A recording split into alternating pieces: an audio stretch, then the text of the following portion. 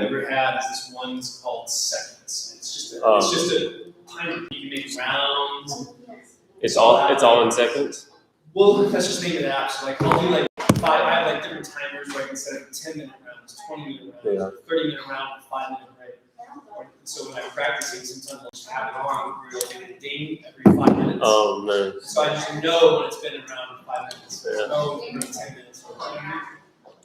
Can you put these on? How do you do this? You have something cued? Maybe you had like a cue. You probably had a cue.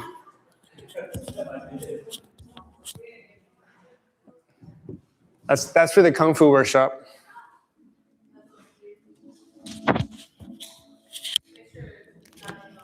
Sophia, did you go to Cal Poly?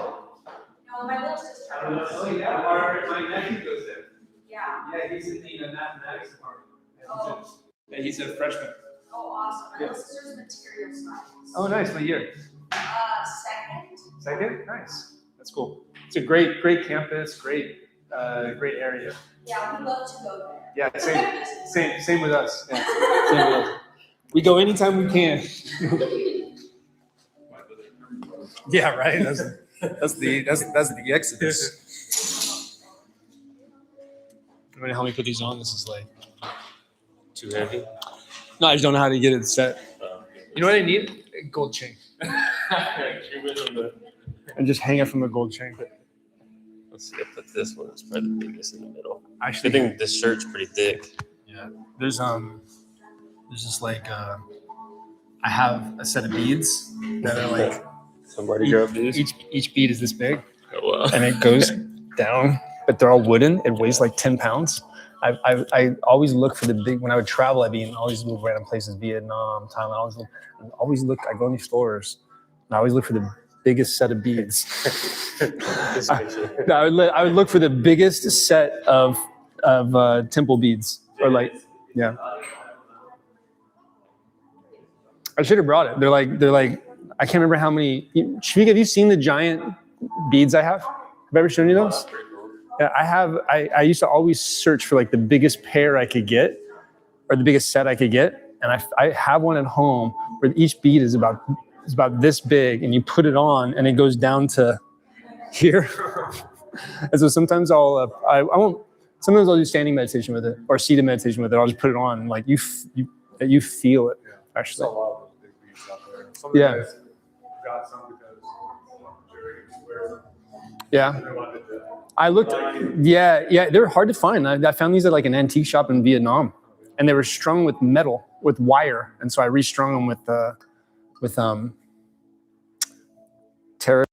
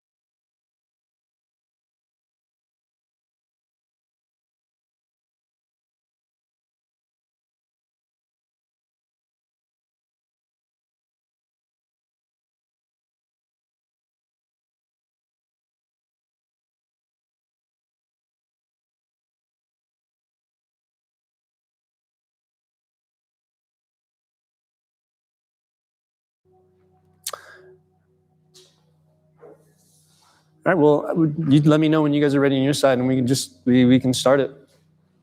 Can you ask them if they can hear you? Yeah, those of you who are joining online, can you hear me? Give a little, whatever you need to do online to let us know that you can hear me. Josh is on the other side of the camera. Okay, you can hear me. Great. Now I will pay attention to what I'm saying. Welcome everybody to World Tai Chi and Qigong Day. We're really excited to be able to be here in the Central Valley of California. We're not in our hometown of Visalia today. We're up in Fresno, which is about 45 minutes away, at a local yoga studio here, where we have some in-person people here as well who are going to join us for a practice, and we're also broadcasting this out to everybody live right now. And so for today's World Tai Chi and Qigong Day, we're going to have a lot of different things going on. We're going to begin here in a moment with a Qigong demonstration with myself and some of my long-term students here that have been training with me. And then we're going to get into a live practice with some of my students here who have been practicing for a long time, and then some people who are joining us today who are new to the practice, and then as well as all of you joining wherever you may be at. And we'll be going through a really simple but grounding Qigong practice that will include some of the movements we'll be demonstrating right now, as well as some other ones, and some Tai Chi walking. And we'll also be working on the Tai Chi stick today. And then we'll be finishing with a Tai Chi demonstration. And then along the way, we'll be discussing the history of the practice, the culture around the practice, what's the difference between Qigong and Tai Chi, how can we interact with it, how can we get the most out of it as practitioners, and what can we learn from it. So without talking too much more, we're going to go ahead and get into it. So we're going to begin by demonstrating some movements from the immersed Qigong and the Tian Shan Qigong. These are two of the core Qigong systems that we are practicing in person with my students, as well as some of these movements make their way into the online community as well.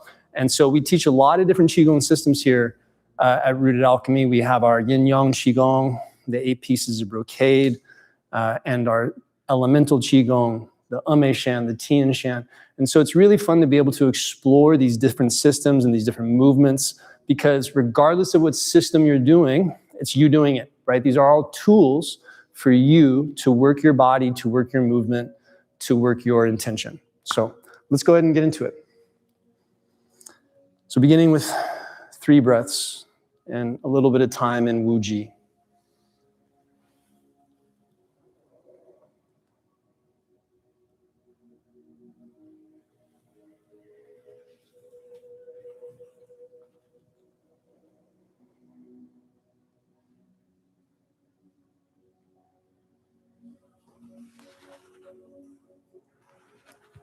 Relaxing in the Wu Ji.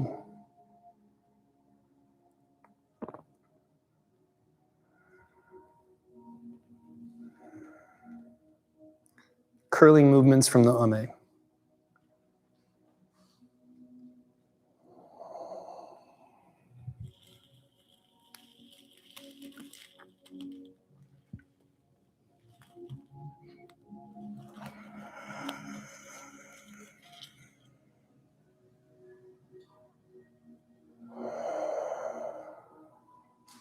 Slouching.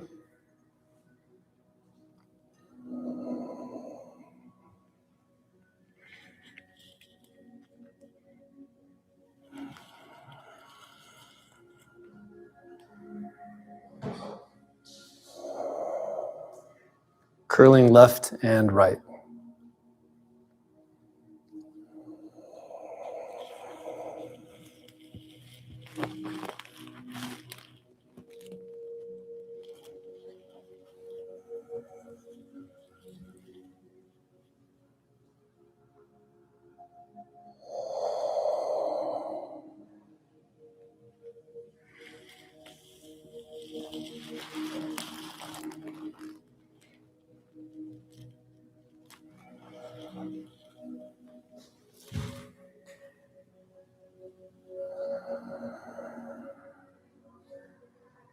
Separating earth and sky, curling left and right.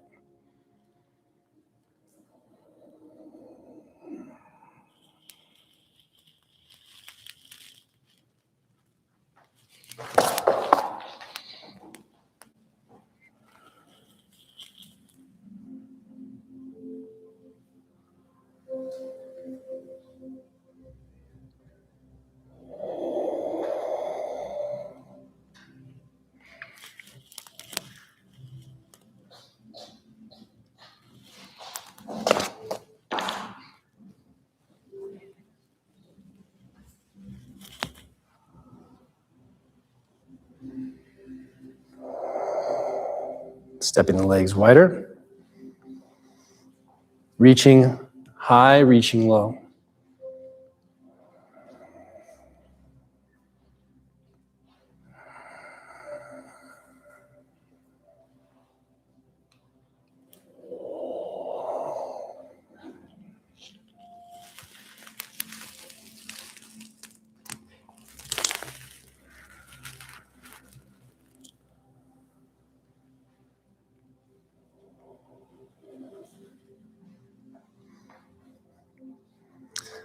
Monkey looks to rear.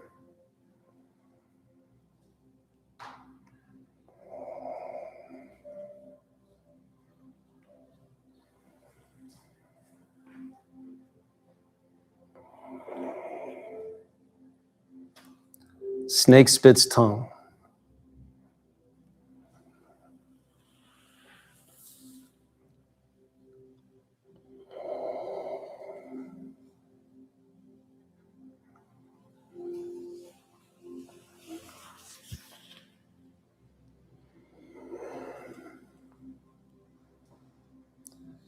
Snake creeps down, Mandarin duck.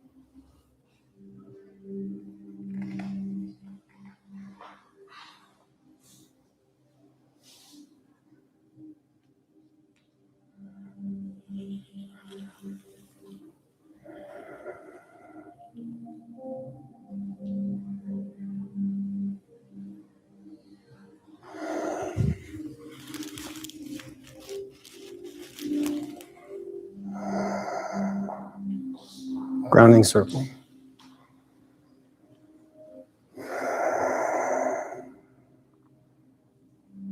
Single leg posture.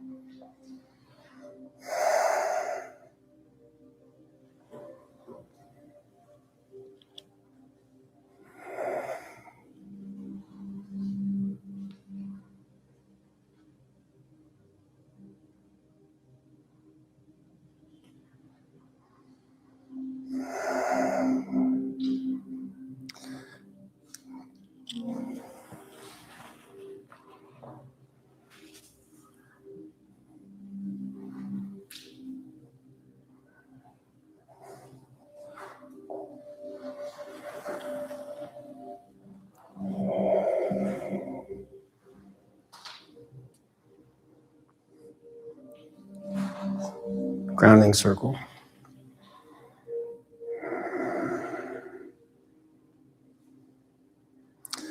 Movements of the eagle from the Tian Shan. Inhale. Exhale.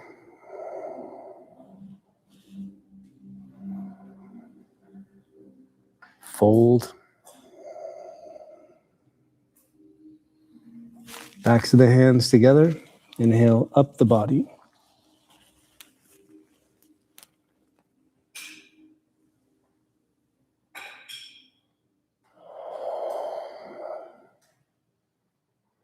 Opening to the side. Inhale.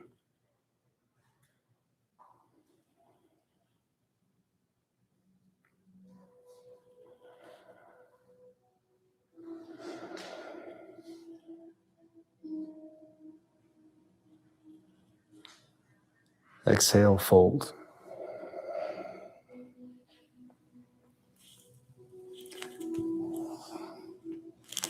Come up holding the ball.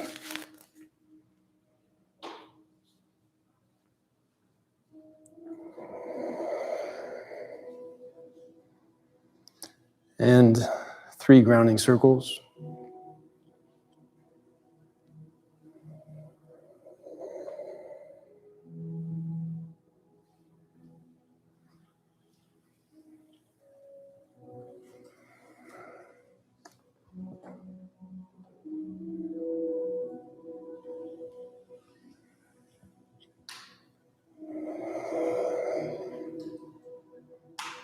And relax into Wuji.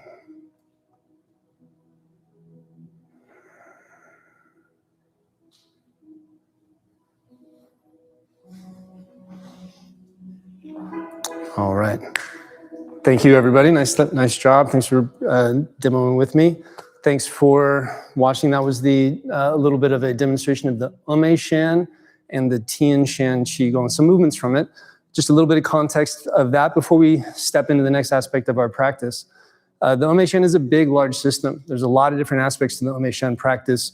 These are the movements that we did in the beginning are from a set of 24 movements that are meant to open and close the body, stretch, strengthen, build coordination, just get yourself opening and closing in all these really great ways. It has other aspects as well, walking meditation, walking practice, larger movements meant to build more strength into the body. And so it's a very robust practice.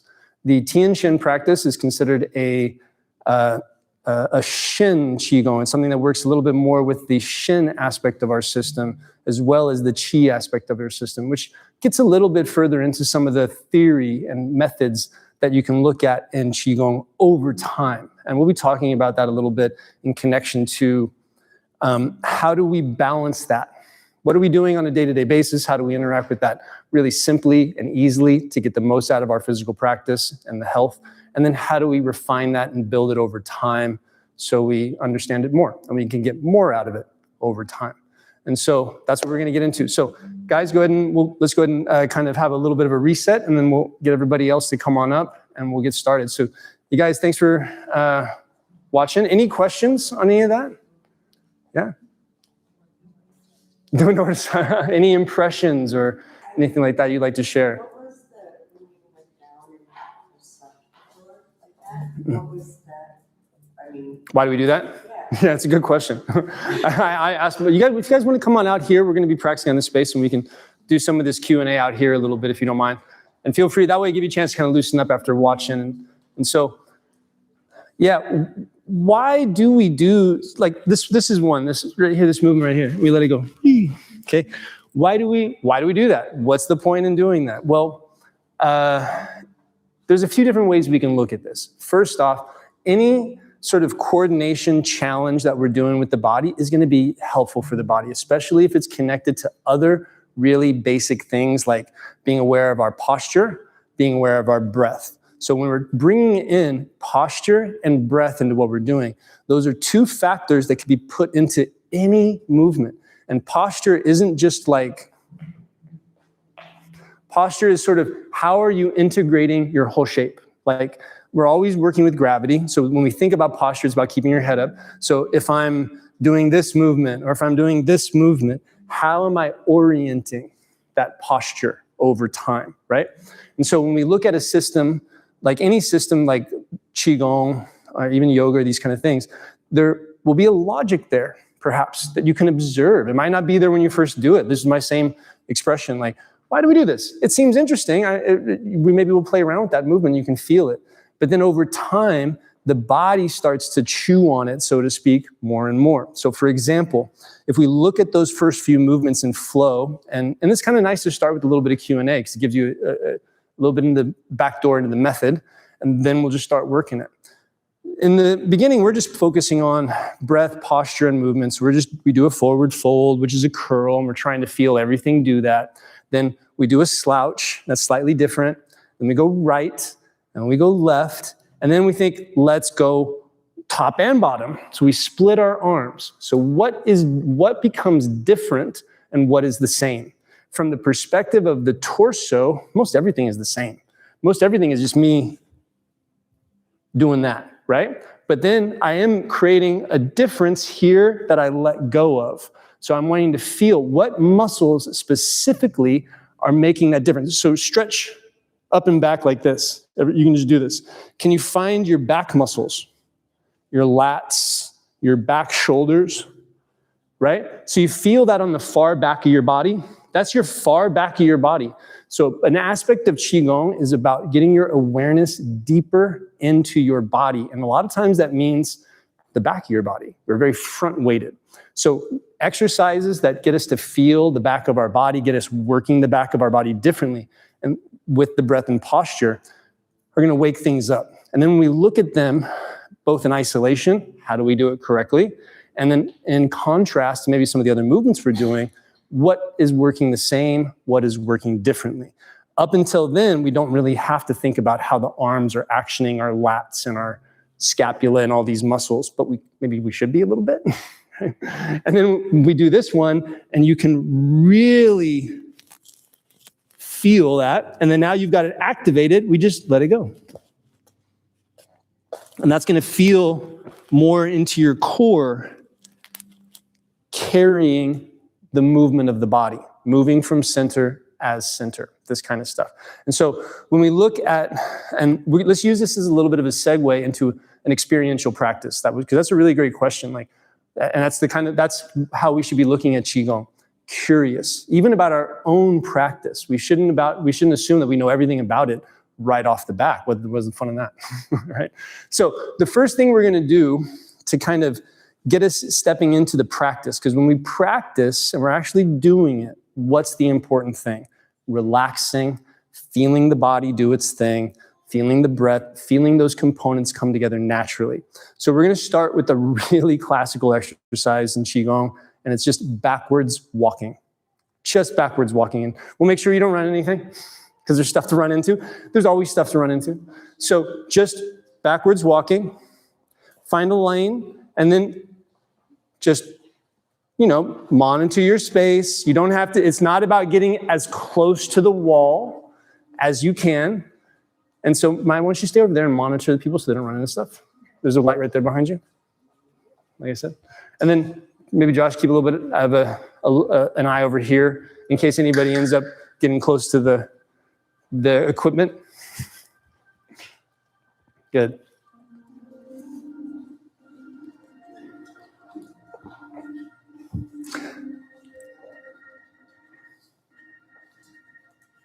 So just relax into it. Get comfortable in your space. Get comfortable in your line. You're not going anywhere.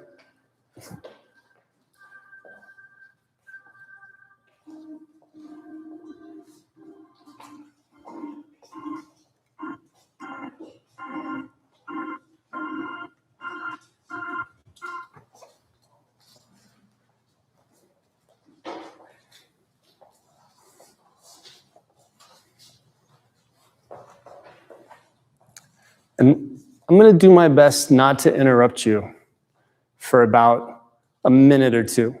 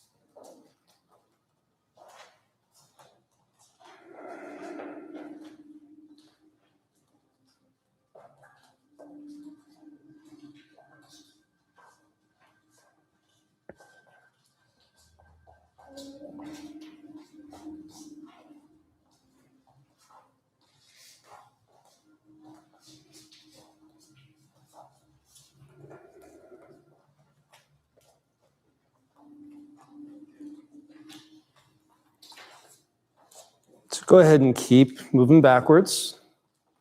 Just bring a little bit more awareness to your field of vision and that lift from the crown of the head.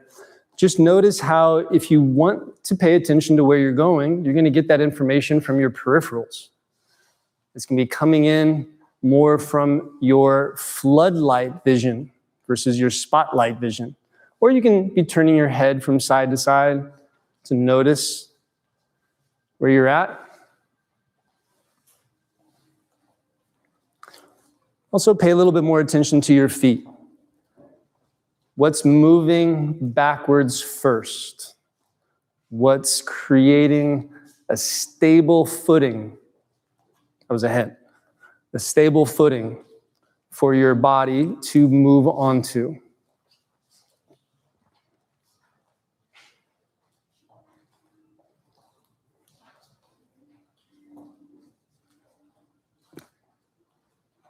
And it's definitely worth asking, why is this beneficial, right?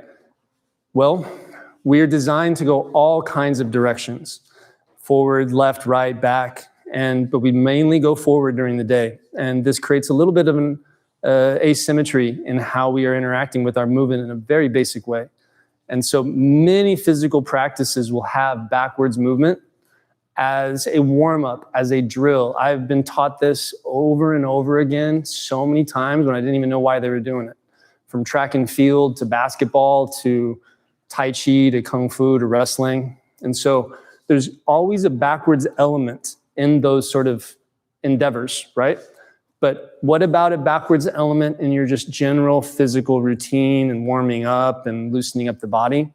So you'll notice that as you're doing this, you're using your posterior chain more. You're feeling your backs of your legs, your hips, your waist, your shoulders. You're feeling those larger structures of the body moving. Was it like Spider-Man right there? Yeah, your spidey senses. So there you go, nice job.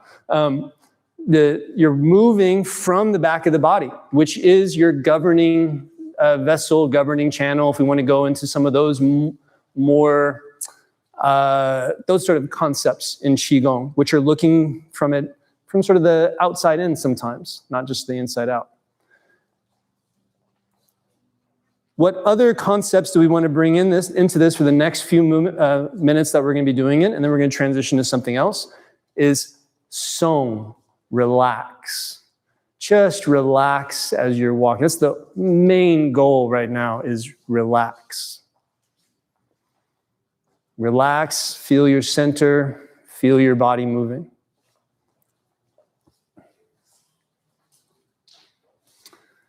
And alongside that, you are feeling your whole body move. Just like we talked about, because you're moving backwards, so it gives you a different sense of your shape. And oftentimes when we do something that's different, new, like a new physical activity, Tai Chi Qigong, we feel a little awkward, right? That's giving us a sense of our whole shape. We refer to that as Zhang. So we have Song, which means to relax. And we have Zhang, a sense of our whole shape. And so we want to be able to be in both of those places. We want to be able to relax into our whole shape. We want to feel our body working.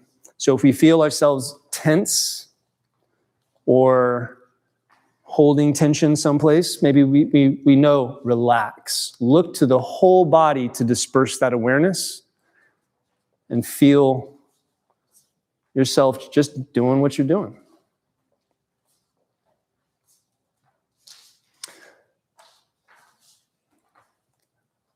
All right, so without coming to an abrupt halt, go ahead and just stop. Take a moment and start walking forward. Do a couple laps forward now and see, what are you taking with you now that you're walking forward? Can you feel your foot behind you a little bit more firmly as you step? Do you feel the larger structures, your hips, your shoulders, your waist, working together with the body a little bit more? Can you slow your walk down? Can you speed it up? Can you have a little bit more? Because you probably noticed when you were walking backwards, it was hard to get a couple steps together that were the same, wasn't it? It was like every 2 or 3 steps, it was a different thing came into being. But when we walk forward, it's very easy for us to slip into 1, 2, 1, 2, 1, 2, 1, 2. So we want to be a little bit more mindful and feel that natural movement coming into being. And then when you're ready, just go ahead and come on back into this practice space and maybe that we're going to be working from today. I'll be over here teaching. You guys can be over there facing me. Does that work? And then we can kind of move around evenly. You'll be over here as a model facing this way too, so be more in the front row so people can see you. And Shafik maybe off to the side a little bit because you'll be a really good model off more to an angle if I'm on center. Good. Make sure you have plenty of space. Are we good so people online too have a good view? All right. Welcome, everybody. So we're going to get into some now standing practice. In these arts, we can say that there are the 4 treasures, standing, and sometimes I say 3 treasures, standing, sitting, walking, and sleeping. Sometimes I leave sleeping out because we don't practice sleeping in class. What we're looking for, though, those are the 4 basic human movements. At any given point in the day, you're probably standing, walking, sitting, or laying down, okay? And so those postures affect one another. You get up from laying down in the morning, and you got to change that to standing or sitting. You've been sitting for a long time, you've got to change that to standing. And so by working our practice in a way that looks at those things as the prime drivers of what our intention is as far as posture and movement, we can start to create some spaces that we're working in and overlap them. So we just did walking, great for feeling the whole body. What do we focus on? Song, relax. Zhang, feel your whole body. We want to bring that with us into our standing.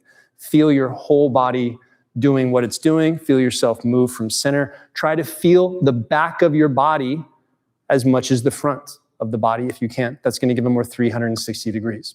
So what we're going to do now is a follow along practice together. We're just going to do what I do. Just like when you're just walking backwards with each other, following along. So, basic circles. Breathing in through the nose, out through the mouth.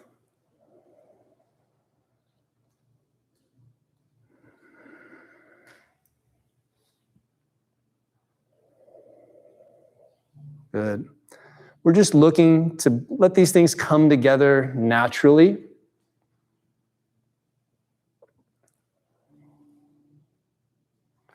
The inhalation through the nose is gentle, like you were smelling something, like a flower or a cup of cocoa. The exhalation through the mouth is like blowing a gentle stream of air onto that same cup of cocoa.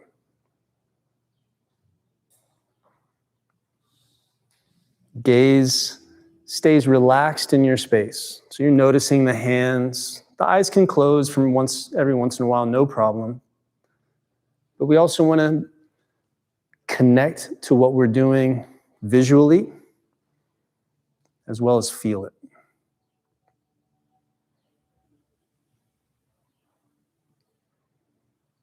Notice that bottom position a little bit more.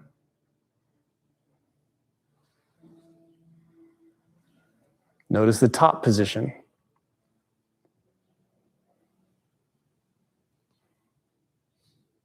Maybe spend a little bit more time at those positions.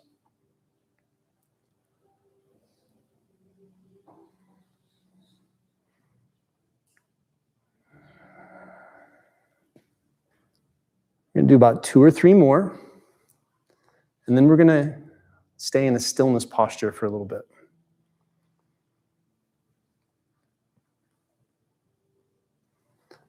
So notice that bottom position, and we're going to stay there. And keep your hands down towards the ground. Resist coming up. And breathe through the hands, breathe through the feet.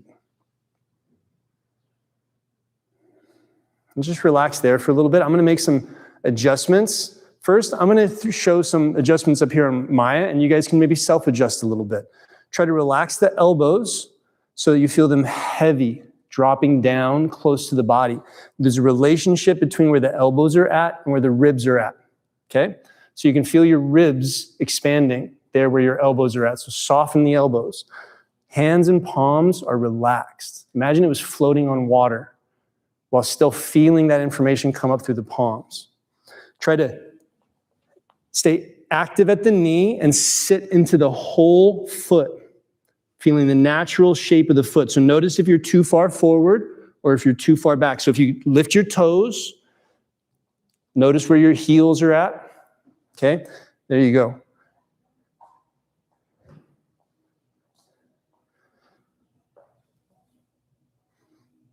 Nice and solid. Good. Now, we're looking for the quality of sitting. What does the quality of sitting mean? It means awareness from the bottom, not planning on coming up, and taking a load off, right? So we relax the waist. Look for the hips, tailbone, pelvis, perineum, Huiyin point, where you would be sitting into a jacuzzi. Look for that working to the ground like you were going to drop a squat. And then notice the breath coming up, stay solid into the feet, and just relax. There's no one perfect posture. It's a process.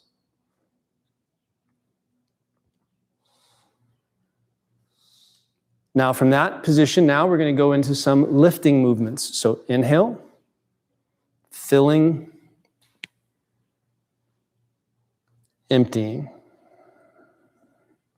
So fill the belly, fill the ribs, chest, using the breath as a guide. Empty chest, belly, all the way down.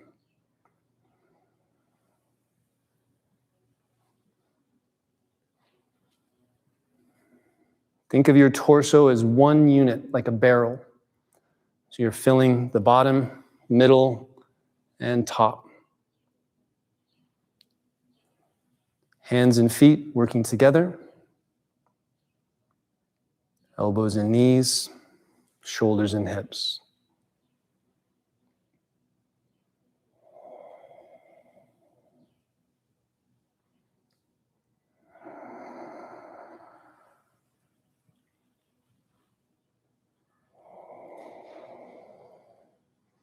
We're looking to find that rhythm with the breath, which can be unique to you. So you don't have to stay on my exact pace. So you're feeling your breath empty to a comfortable level, fill to a comfortable level. Using your own pace so it could disconnect from mine while we're doing this together, no problem. Just like being on a run together or riding bikes together, you're not always going to be in the same pace.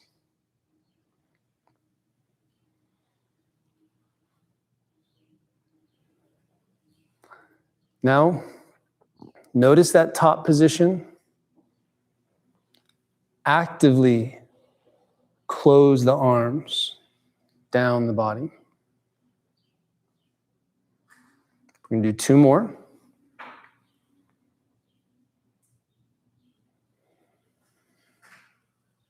Now bringing the arms up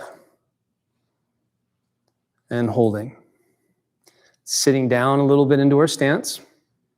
So staying here, relaxing just like when we had the hands down. Still, breathe through the hands, breathe through your space. I'm going to come around and make a few little adjustments with you guys if you don't mind now. Do you mind a little? Okay. So go dead weight into my arms. Oh, great job. That was amazing. Many people need more cues than that. Okay. So now find it into your shoulders. And I'm going to slowly take my arms away. And you're going to keep with the minimal amount of energy. You're going to keep your arms there. The littlest amount of energy. There, great job. I'm gonna make a slight adjustment here.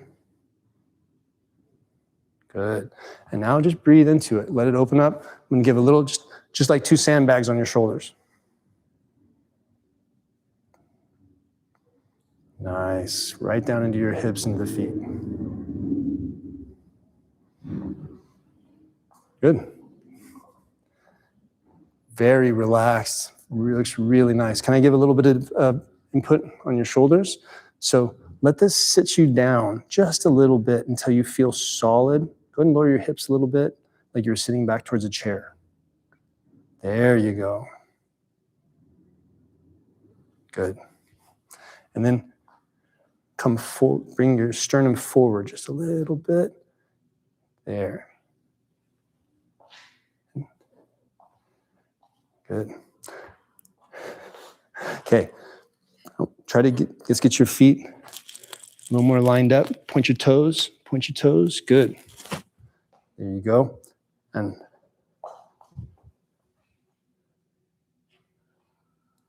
feel that solid. Feel yourself reaching. Your feet are working really well, which is good. And so now try to find that up into your hips and waist. Okay, go heavy. You guys are doing great. This is not easy. Go dead weight into my arms. Dead weight. I'll hold them up. I promise not to drop them. Okay, now whenever you're ready, put energy back in to hold them up. The littlest amount possible, like a 1 on the dial. And then we're going to create a little rotation here. We're going to drop your shoulders back just a tiny little bit. And down. Good. Find a little bit more into here. Solid into there. Find that up the chain. Nice. How you guys doing? Feeling the effort? It's hard to be still. It is hard to be still. Ask any child. Okay? And whenever you're ready, just release it. Big breaths.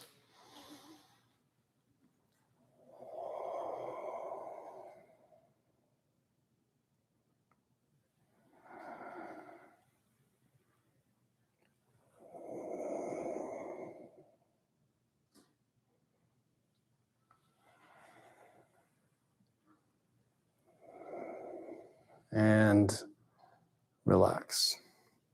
All right, shake it out a little bit. Nice job, everybody. Okay, any impressions from any comments or questions or anything from those who are joining us here live, or if there's anybody online too, if anybody wants to ask some questions really quick. We will be doing some more here in a little bit, but I like to do just a practice like that is very simple, but we're using the core aspects of Qigong that should be there no matter what movement we're doing. Our breath, our focus, our intention, looking a little bit more inquisitively at our posture, both on a macro scale and then also sometimes a little more minutely, right? What is my foot doing? What's my hip doing? What's my hands doing? Because those things do connect, right? You don't walk out the door and your hand falls off because you didn't put it on, right? Things are connected. So it's how well we can connect them in our practice over time. So any questions from anybody? Yeah? No? Okay, well, I will make up a question and then I will answer it. No, I'm just kidding. One of the things that we'll find in this too is when we come in the standing posture here, who found this to be surprisingly challenging? Like was it anybody find it more challenging than you thought it was going to be to just sit there and be still? Yeah, that's my experience. That was my experience too. When I first got into Tai Chi, one of my first teachers, I mean, I'd been doing it only maybe a year, and I had learned a form, and I was starting to feel it, but I wanted to go deeper. So I found a teacher that could take me a little deeper, and he was just like, you got to stand, just do this for a little while, and then you'll know, then you'll feel it. Because very quickly, within just a few minutes, my shoulders are tight, my face was itching, my feet hurt, all this stuff was going on like that, right? And so the idea was, okay, now you have something to work with. You're feeling the effort of your body, of your energy, of your intention in different places.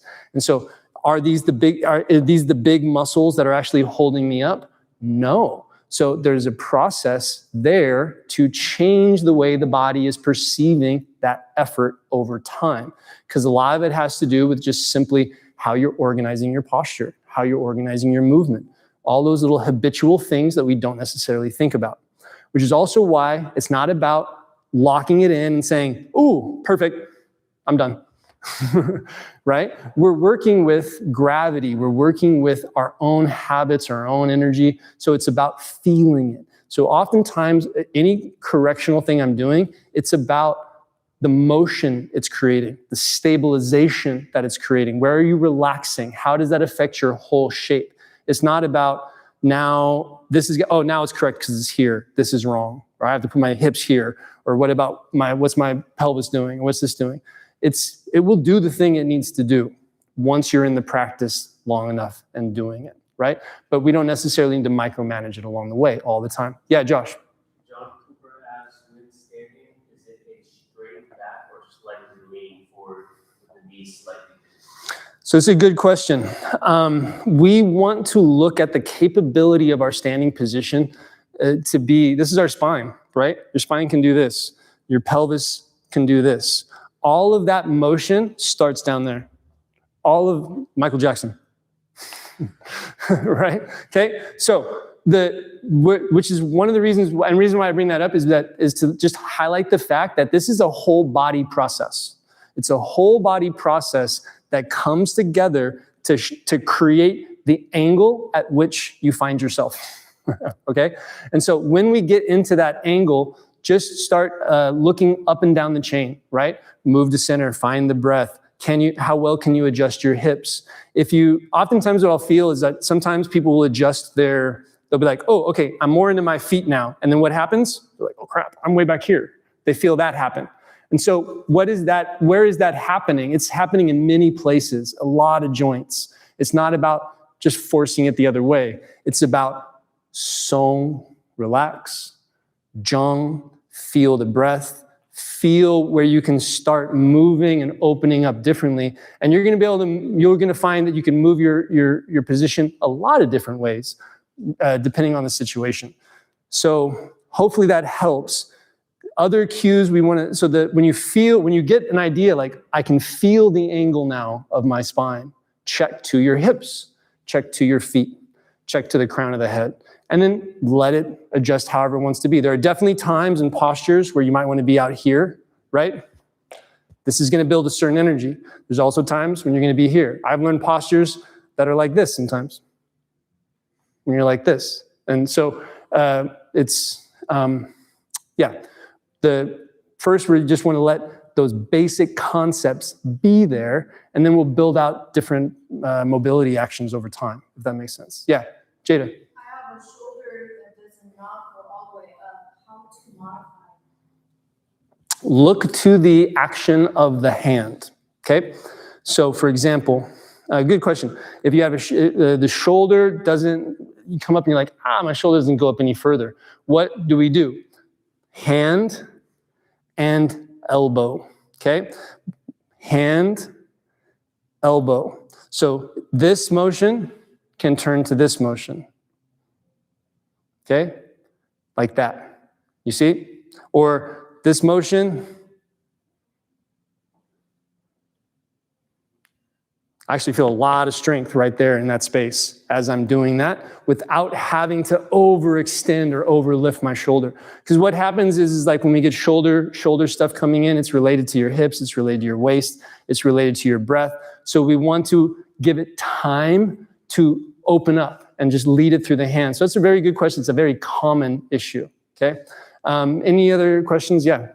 Is it normal for the sole of my feet to fall asleep after standing after a while? Fall asleep. Now, do you mean they go numb? Because numb is a classical sensation in Chinese, right? It's a bit of one of those things where you're like, my arm's numb, but you felt it. Numb does not mean lack of sensation. In Chinese, it's ma.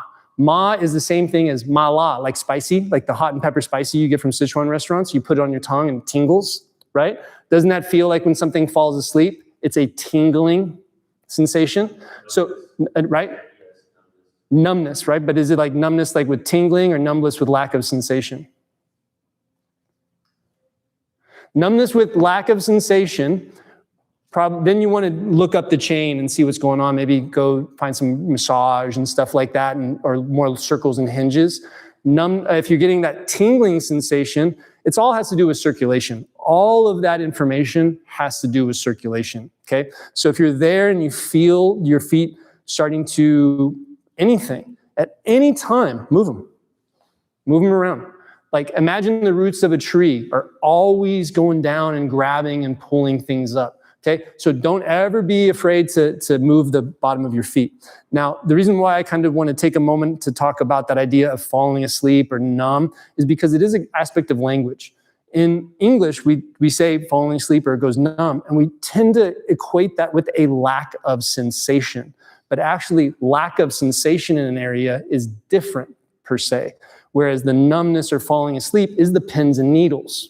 Okay, And so pins and needles is ma. That's a certain sensation, different from a lack of sensation, which might mean something else. And so when your own practice and you feel that, you can, like, oh, hey, I feel a little pins and needles. That's prickly, right? That's like if you eat a chili pepper. Versus if you feel all of a sudden you're like, I'm not really feeling my foot how I want to feel it. That might be the muscles just needing to wake up, needing time, needing some circulation to go around in some other areas. So good question. So I'm having difficulty connecting upper and lower body. yeah, that's Qigong. Okay, if we want to, you're first off noticing that's part of the practice. There are people who come into the practice for short periods of time maybe, or they come try at a class and they will do a movement and they will see the simplicity of the movement and then push past it and never do it again. You get what I'm saying? Even though these movements are not overly complicated, from the outside, they can just look really simple and you can be like, I did it. I'm done for the day. But if you are doing it and you are feeling that I can connect my upper body and lower body better, right? You're like, I can connect my upper body, lower body better because I'm having a hard time feeling them come together. You are in the right space. You get what I'm saying? You're in the right space of the practice. Just start looking to the hands and feet, elbows and knees, shoulders and hips. That's the 3 external harmonies, coordinating all of our movement. This is based on patterning. When you walk, when you crawl, okay? And so if you allow that to build up in the practice, it will build up in the practice. You will start to feel those results 100%. Almost anybody that's practiced for a considerable amount of time, myself included, feels more coordinated, gets that over time. But it's not because you feel that you're doing it perfectly right away. It's more along the lines of what you just said. You're like, I know I could be doing this better. I can feel it. I know I can be doing this better. I'm having a hard time feeling it work together, but I know there's a way to do it. And that's the practice. And so that's what we look to find. So really good question. We're going to, let me check to see where we're going with time. The Q&As are always really fun, but I want to get us back on schedule. We're going to shift gears into some more, a couple larger, more expressive movements from Qigong. And then we're going to take that into some Tai Chi practice for a little while, which will get us moving a little bit differently. So these are some of our most important large Qigong movements for sort of building energy in the body and releasing a lot of energy as well. Like you'll feel your heat get up on this one. So the first one is the fountain. Okay, everybody should be pretty familiar with this one from the community. So we want to get this really nice, like I call it the sumo ballet.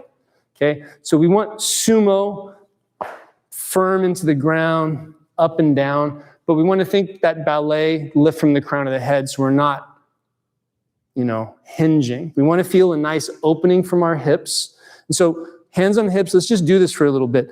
As you lower, feel an opening come into this. And then a little bit of a closing. And there's not as much of it, you don't see it that much. You feel it, right? So feel open, close, and try to get it up here in the hips, right? Open, close. So you feel yourself lowering yourself down, okay? Now we're gonna work this now, coordinating the hands and our breath. So this is the fountain. So a natural inhalation and exhale, lower. Inhale.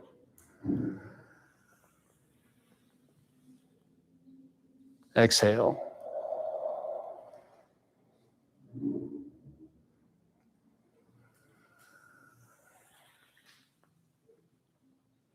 We're going to be doing this for about, 15 to 20 reps.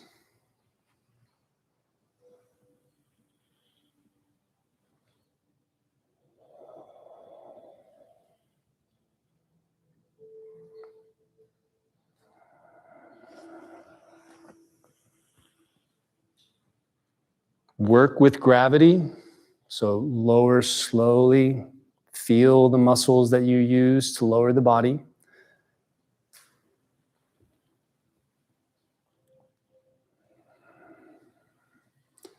Notice the hands.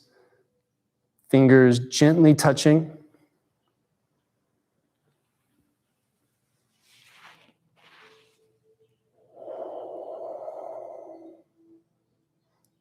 Fill the breath.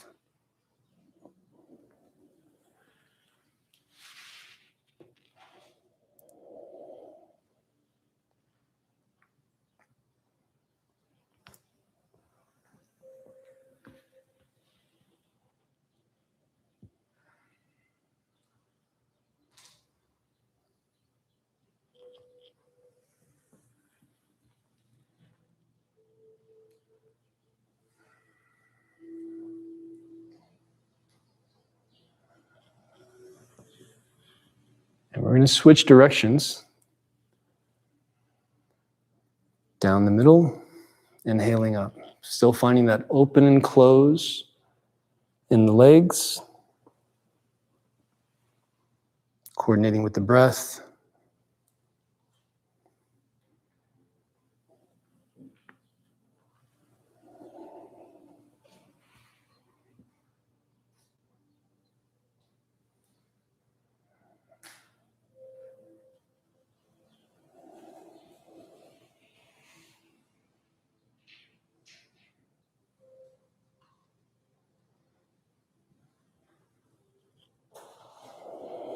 And 2 more.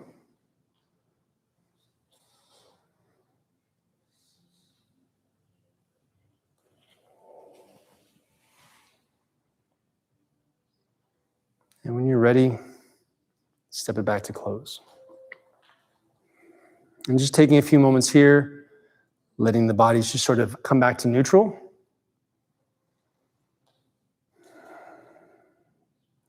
We're going to go into another movement from the Ome Shan called the clam, another one of our larger movements. We've been working on this one in the community, so this will be a fun one to do together here on World Tai Chi Qigong Day. So just very natural position, arms balanced like you were holding something here, hand palm down.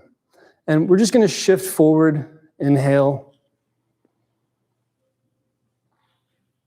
and down.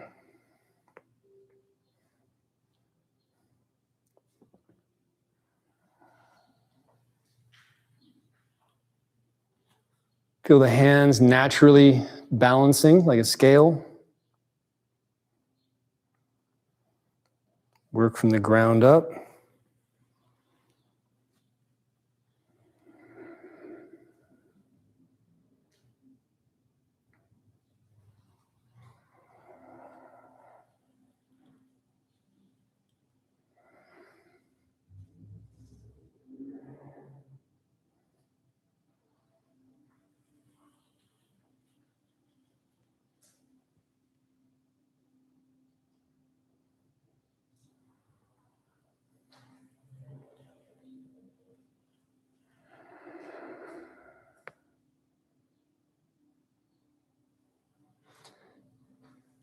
And we're going to do one more and switch sides.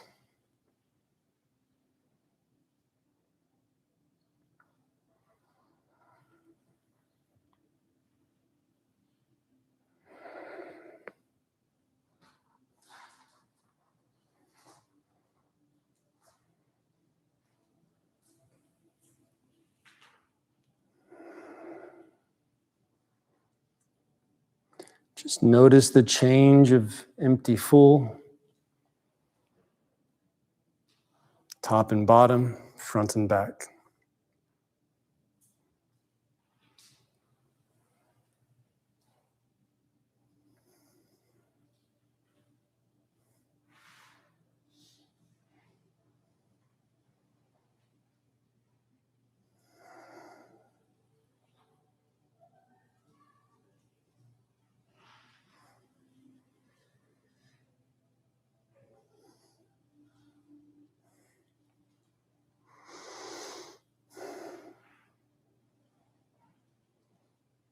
And 2 more.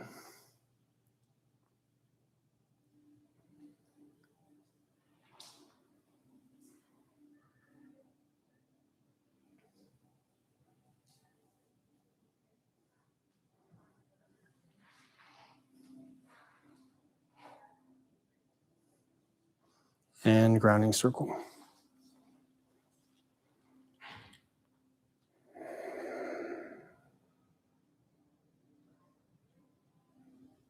2 more.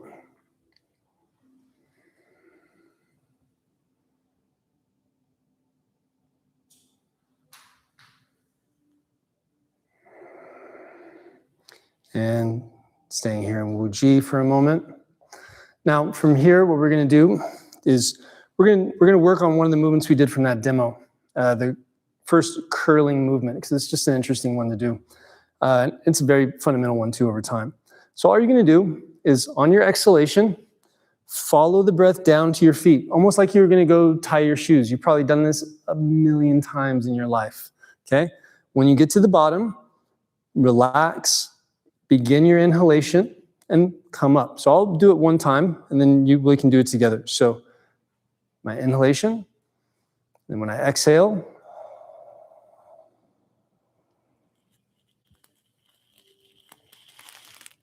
fill the belly. Inhaling, coming up.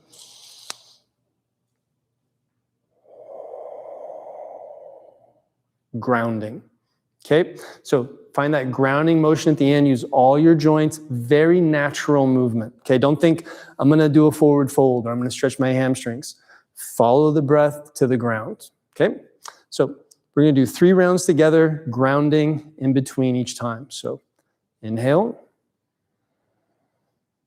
And in your own time, exhale and lower.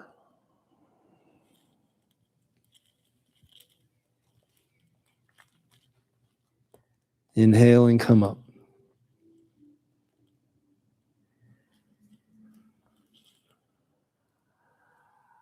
Ground, soften all the joints.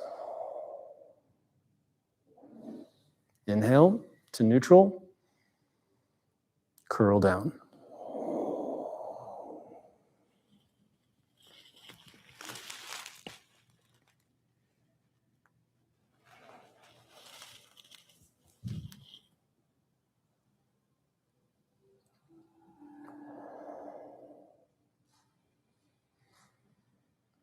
One more.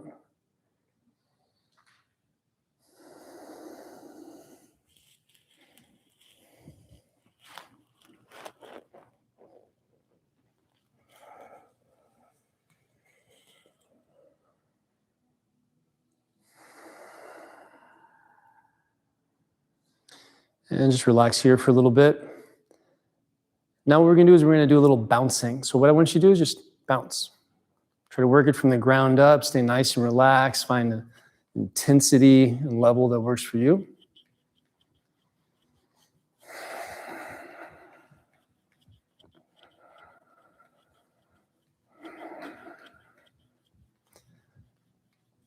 Let the breath cycle through a few times. And then whenever you're ready, slowly come to a rest. And slowly bring the arms back up to this position, trying to find just a relaxed connection to it. Just notice how it feels.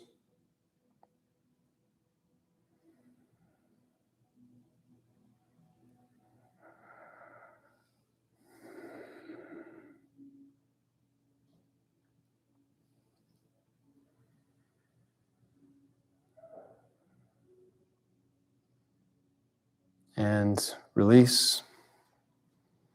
Big grounding breath.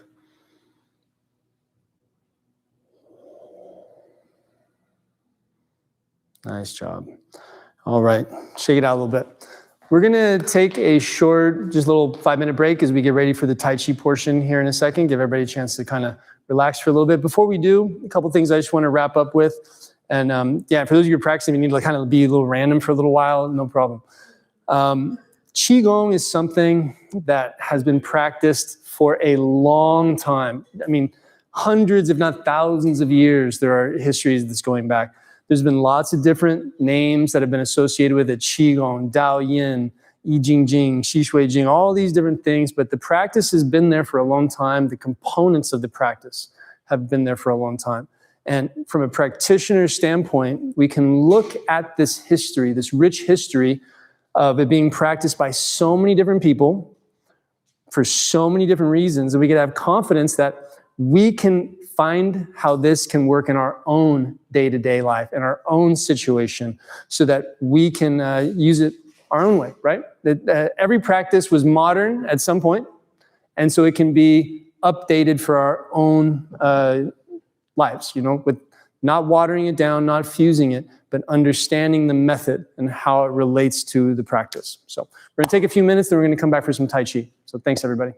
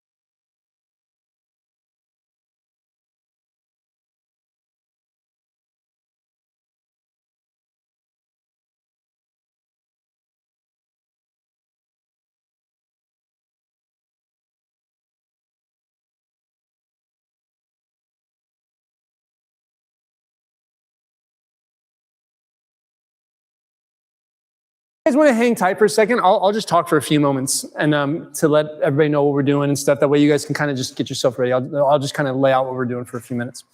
Are we back live? Yeah.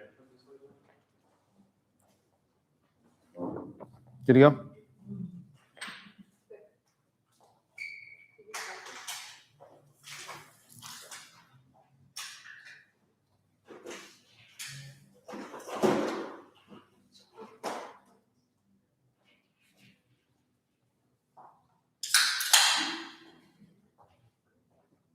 Just let me know whenever we're ready to go. Okay. All right, so welcome back, everybody. So we're gonna transition into some Tai Chi today. And we like to train our Qigong and Tai Chi together. That's how I was always taught it. They work really well together. There's a lot of different places where they overlap and then places where there is difference.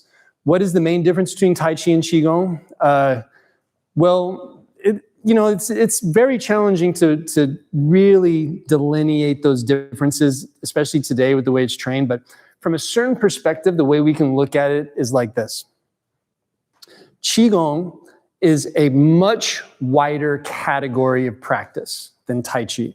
Qigong is a huge category of practice. There are different types of Qigong practices for martial arts, Qigong practices for health, Qigong practices for religious purposes, this kind of stuff, meaning it's been practiced for those reasons because it's so versatile and it's been around for a long time. Another way you can look at Qigong is that it really is dealing with the internal aspects of the body. You're not worried about pushing something out here or being able to lift something out here. You're really working about, how do I lift my arm? How do I lift my body? How do I just move my body around? And that's Qigong. Now, Tai Chi is, in reality, the Tai Chi concept is very big. It's been around for a long time, but the Tai Chi practice is a smaller practice. Originally, it came from one place in China. The historical records, they kind of have two different maybe locales that it came from. The Wudong Temple or Qin Village is the more historically supported one. And so it came from a small village in China and was a robust physical practice that started off as a martial art. Then from there, it went to Beijing, started changing, becoming more of a health practice while still maintaining some of its martial qualities. But a martial art, by definition, is things out here, pushing something separate from you. There's a body here that you have to deal with. And so that works from a different set, a little bit of a different set of physics. Well, it's the same physics, but it's the physics now out here of how we're pushing out here, how we're pulling out here. And so you can see how Qigong and Tai Chi could work really well together. Qigong gets you really thinking about how you're moving your body just relative to your body and gravity. Then Tai Chi takes that into a little bit of a different space and says, now, how do we push? How do we pull? How do we step? How do we find a stance? More specific, actionable skills that we can polish. And this is another area where I think that Tai Chi and Qigong work really well together. Qigong, you can definitely feel that that there is skill to be built, skill to be had, but it's in those simple movements that some of them can get kind of complex and coordinated, but it's still a very fundamental nature of how the body moves. Tai Chi will take that a little further. You can get a lot more coordination, especially when you get into some of the more advanced sequences or weapons like staff and sword, where you can get a lot of different things coming out. And that's a really good challenge for the mind and body to work on over time, especially if you're doing Qigong, where you're working on those same concepts and you're in your own space, and you start to feel your body moving differently, you feel your energy different. Well, go put it into something, go learn something. And that's where things like Tai Chi are going to start feeding back more benefits, where you get the balance and the strength, because now you're working a more holistic practice, okay? And so that's how the Tai Chi and Qigong are a little bit different and how they work together. In reality, Tai Chi has probably almost always been practiced with some Qigong alongside of it, because even the Chen style had what they call the silk reeling Qigong, these repetitive movements. So Tai Chi has almost never been practiced without Qigong. Okay, but Qigong has been practiced a bunch without Tai Chi, and so they're very tightly knit and they work really well together, which is how we do it. So what we're going to do today is some Tai Chi walking. Why not, right? That is the Tai Chi exercise that seems to be out there these days, and it's very accessible. And in my very first Tai Chi class, in fact, almost every first Tai Chi class I've done, there's walking. And I still, that's what I teach because it's had one of the biggest impacts on me. So why doesn't everybody come out and join? And those of you who are joining online or at home, if you've been training with us, some of this stuff is going to be familiar, but I might throw in some different stuff. So find this lane again, okay? And we're going to do Tai Chi walking. And so what do people, when you say Tai Chi, what do people think about? Slow. So that's all we're going to do. That's it. Just walk slow. Don't overthink it, okay? So just move slow.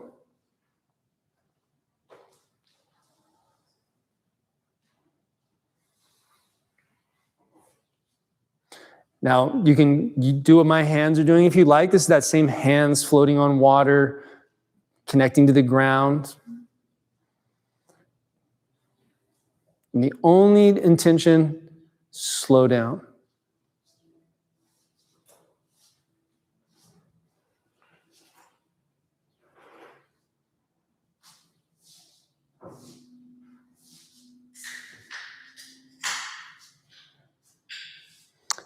Go ahead and keep going. I'm just going to observe a little bit so I can.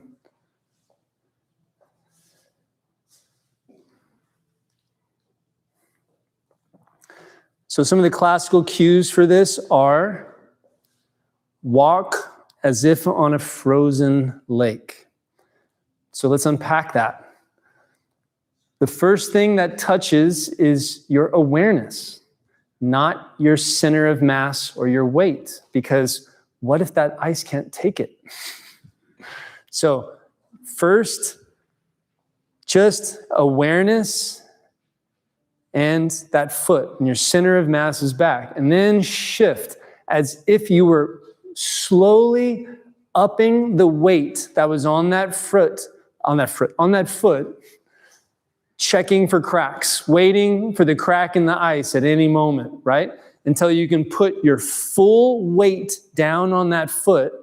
And go ahead and switch and come back the other direction whenever you're ready.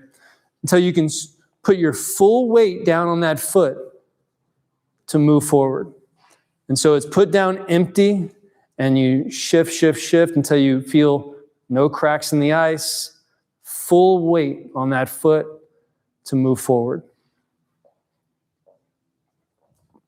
So this is just a transfer of empty full. And how is this Tai Chi? Well, we're slowing down, right? And then our goals of Tai Chi, we got two really fundamental goals in Tai Chi. First goal is related to that martial aspect. And they're not first isn't the primary. These are two even goals. It is to study the 13 energies of Tai Chi. This is the practice of Tai Chi. Things like advance, retreat, ward off. And the other goal is to harmonize yin and yang, which is our basic coordination, our basic movement. Almost like that's almost like the Qigong quality there, harmonizing yin and yang. And so Tai Chi walking is very much in that harmonizing yin and yang. And one of our main tools is the transfer of empty full and the perception of that at the feet and the waist and how you're making that happen. Okay, so now relax where you're at, shake it out a little bit, and let's start adding some mechanics in there so we can get better at it. So watch. There's a saying, as we move forward, think back. Okay, as we move forward, think back. So watch my back heel, okay? What's my back heel doing? It's already off the ground, isn't it? Now watch it. Still on the ground, right? Now, when I lift here, I'm going to try to lift my whole foot off the ground. I'm going to lift, and I'm going to do that by lifting my toes just a little bit, just the tiniest little bit. I lift my toes, and I lift my whole foot off the ground at once. And then I put it down, and I keep that back heel down, back heel down, back heel down. lift my toes, lift my whole foot at once. That's the feeling I want. Like you're pulling your ankle out of the ground. Now, here's what's going to help that. Imagine you were on a step and you were going to step to come up, but don't come up. Step to empty the back foot. So climb the mountain, we call this. So right there, climb the mountain to lift the foot.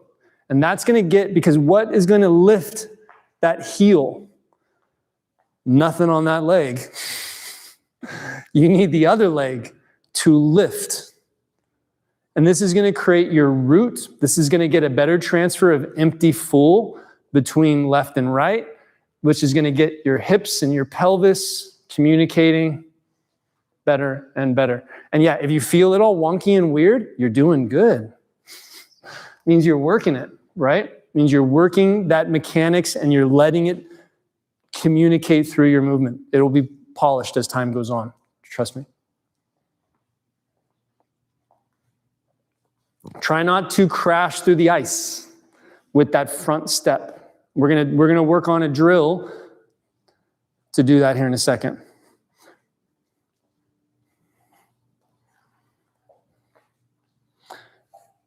Zofia, can I borrow you for a second? Yes. Okay, go ahead and do your step. I'm gonna do it. I'm just gonna add a cue to it. So get in your position here, okay?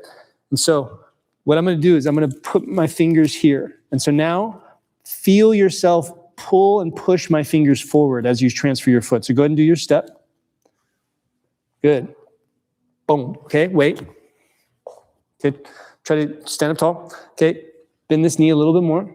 Okay, now plant that one down and feel this curve strong as you bring it there. Look at that, you dragged me forward. I was your ball and chain. Okay, so you feel that little extra engagement right there? It's like all of a sudden, it's almost like mechanical a little bit, right? We don't want to be robots, but sometimes we got to turn on the mechanics to feel it. So that was more for everybody there to see it too. So thanks for helping out. But then yeah, find that stability from the foot. All right, watch over here. Now, here's a drill that's going to help us work on this even more. So watch. So we're going to work this front foot. You're going to put the foot down and you're going to feel the ball of your foot, not your toes, the ball of your foot here. And you're going to push it off the ground and then use your whole body to lower. And you're going to shift. And you're going to step. You're going to put it down, lift it up, lower the whole body. Place the curve. So you see when I lift this up, what shape? Curve. Place the curve down. Shift. Pull it forward. Put it down. Find the curve. And down. Okay? Good. So try not to have any weight on that front foot when you do that little. Like think of a horse or a dog or a cat when they have that foot forward, right? Okay, so you can feel that lift, lower the body. So you feel yourself lower the hips, lowering the curve, filling the front leg as you shift forward.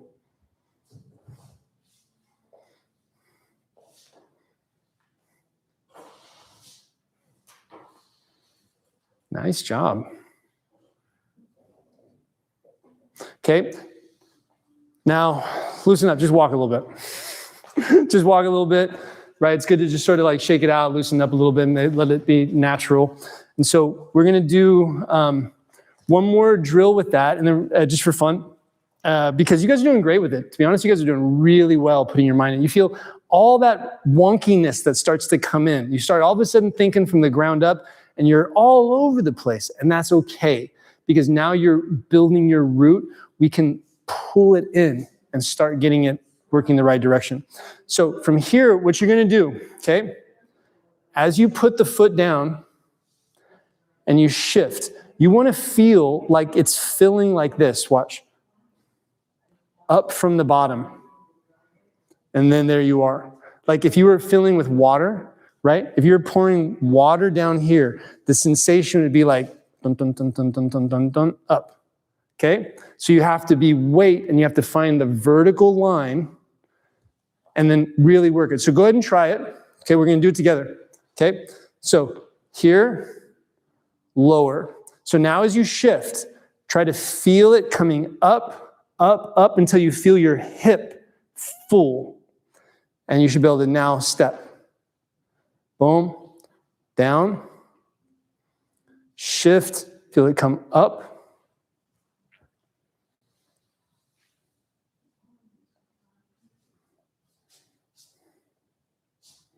Good. Find that lift from the crown of the head, like you were, like almost like you were zipping up overalls.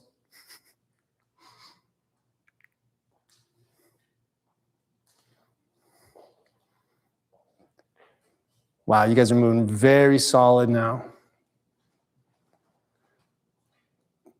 Try to soften the waist, soften the hips.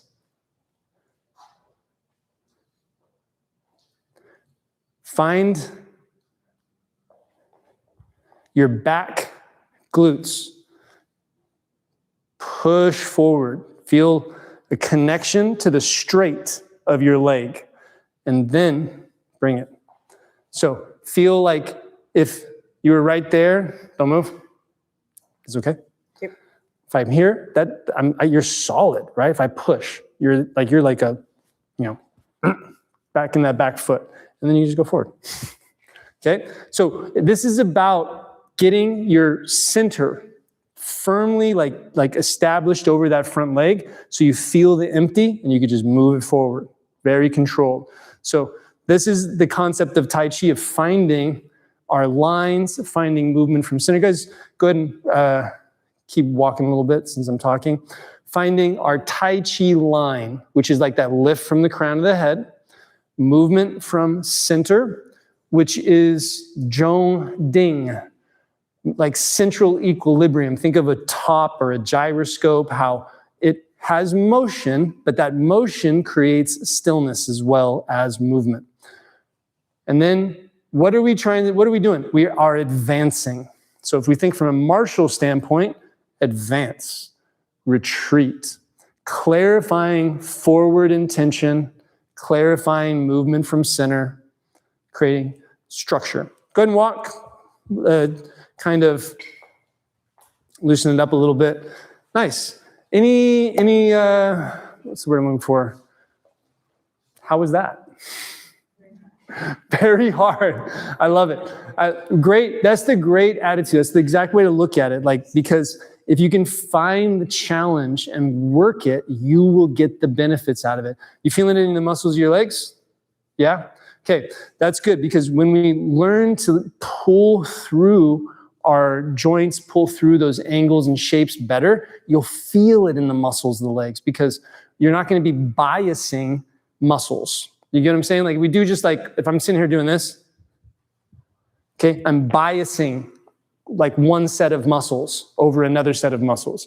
But as I'm doing a full body walk, you're going to be turning on your adductors and your abductors at the same time you're turning on your quads, the same time your hip is firing, same time your waist is firing, same time as all this stuff is firing. And so you're going to feel those muscles working, and you want to feel them working. Right? That's the whole concept of it. So once you guys join me back here, and we're going to do a few other little movement drills, and then grab a Tai Chi stick and see where that gets us.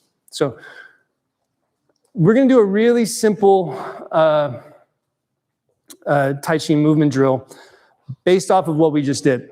Okay? So we're going to work on how to do a good push. Okay? So find this stance, slightly open, just like you're about to step forward. The only difference is we opened up our foot slightly. This allows for our hip and our waist to turn a little bit into our motion. So when I'm here, bring the hands in, tuck your elbows in like a T-Rex. okay? And just like what we were doing, move your body forward before you press with your arms. So move your body forward and then press, okay? And then pull back, move forward, and press. Press against your front foot, okay? So here, as you move forward, press against your front foot and then push back with your front foot, right? So you should almost like a release, okay? So push against your front foot. Feel the elbows and the body move together. Good. Back. And push into my arm. Nice, good. You had the whole body coming forward and then the arms went out. We're just working on that basic coordination. Bring your elbows in a little bit, tuck them in tight, good. And then back. I'm just gonna push into my arm. Nice, good. And again, now, relax your arms. Move only your body. There you go, good. You moved me, not with the same amount of gusto, but you moved me with less force. You used less force, and I still moved quite a bit, which means you had less force. You still had more force in the tank. You get what I'm saying? Imagine a wheelbarrow that's filled with like 60 pounds, 80 pounds, right? You grab it. And I want to send that wheelbarrow, I want to push it. I need to use big energy to get it moving, and then it goes. You get what I'm saying? But if I go and I try to go out with my hands first, it's not going to work. You're not using your body in the right way.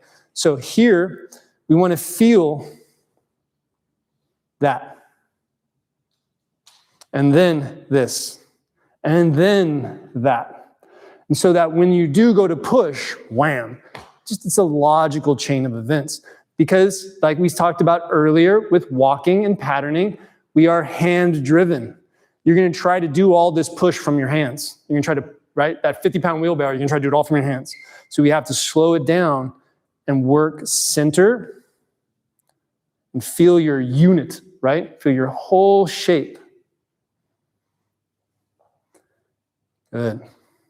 And switch your feet. And really, what elements can we use to work this? Empty, full. So here's our full, here's our empty. That transfer back and forth. So we feel the weight coming up that leg. We don't end up way out here, right? Because then we follow the wheelbarrow. Don't resist the urge to start with the hands. Keep a squeeze and move forward. And from the squeeze, release it. And pull it back. So this is just a really simple drill, but we're using a little bit higher focus, higher intention on mechanics, and the proper chain of events, right?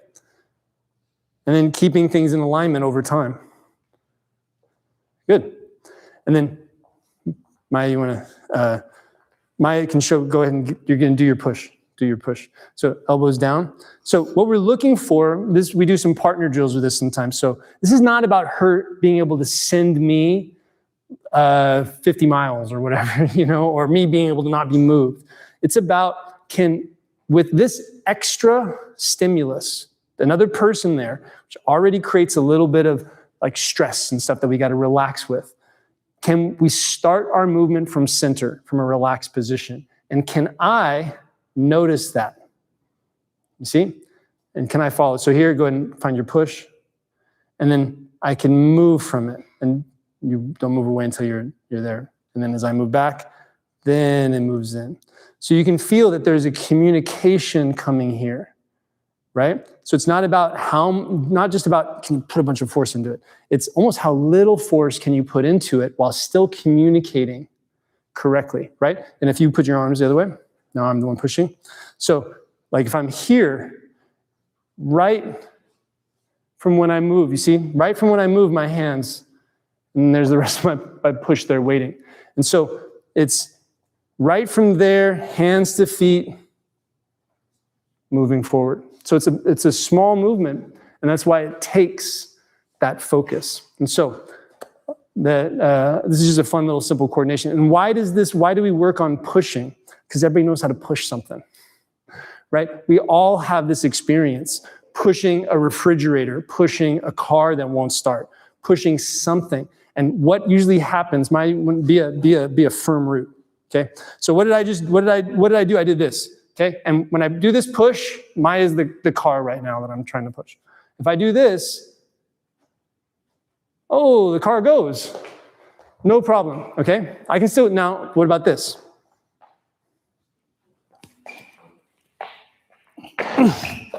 The car still went. Okay. But not nearly as well. But doesn't that look like how people move cars? Right? You go to push a car and you're like, whoa, nope, that didn't work. You push it this way. You get everything in alignment and you start pushing.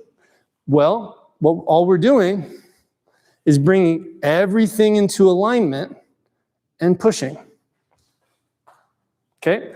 So that we don't disconnect from that first connection. You get what I mean? Like instead of making contact and disconnecting, we make contact and lock into our shape and just move our shape. Okay? And so it is we're not going to do any partner work today. We're going to grab some Tai Chi sticks and do some stuff. But this is just to show you how there is a direct function in how we do things. And this is just about pushing a person. No, this builds more relaxed movement over time when you're getting this coordination coming in. So we're going to come into a little short practice with our Tai Chi sticks. I got some loaner sticks here that people can use. That's my phone. Go ahead and choose a stick.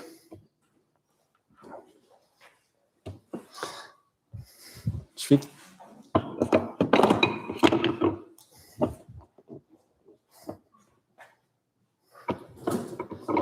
Any stick. Cool. A few years ago, we had all these Tai Chi sticks made for us, all different styles and kinds, and so we still have them. We use them in class for loaners all the time. They're not quite the same as our Tai Chi sticks that we have they're for the school, but they still work for the stuff that we're doing. So the Tai Chi stick is a really interesting practice. It's been around for a long time. It's associated not just with Tai Chi, but with things like Qigong, Bagua, all kinds of stuff. It's just a stick, right? So it means you can do a lot of stuff with it, really get a really interesting practice with it. The history of this comes from the idea of a engineer's ruler. Now, this might not be a tool that is widely known about, but if we think of an abacus, if you are familiar with an abacus, which is that the tool used for counting in China and Japan, right, traditional tool. That's like a physical tool that if you know how to use it, you can get a lot out of it. The engineer's ruler was the same thing. The engineer's ruler would be of a certain length and have markings on it and would be level. And so if you're sitting there and you're thinking, I need to build a house, this is what you could use to help you, because this is way before apps. There's an app that does it now, I'm sure, right? But this was way before that. So this was a skill that someone had to have up here, but they needed a tool to be able to also use it to make it more convenient as well. And so that's kind of how we use it for our own practice as well. And yeah, you can do all kinds of stuff with it. You can massage with it, all this kind of stuff. So yeah, very intuitive. So we're going to do some practice with it first. So just here, imagine it was like a tube that had water in it and you were going to seal it. Okay? And then, boom. So now it's sealed in that point. This is your Lao Gong point, which is the center of the hand. And settle back into sort of that stance and just let your hands rest at the height of your waist. Try to find the height of your waist and let the weight of the stick settle into the palms. The weight of the palms settle into the arms. And the weight of the arms settle into the body.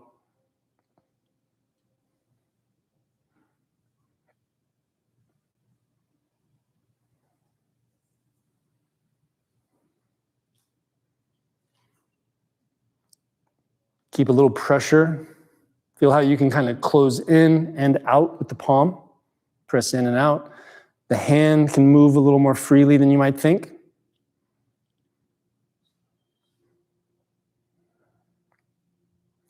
Now we're just going to do some basic circles. So exhaling down, inhaling up.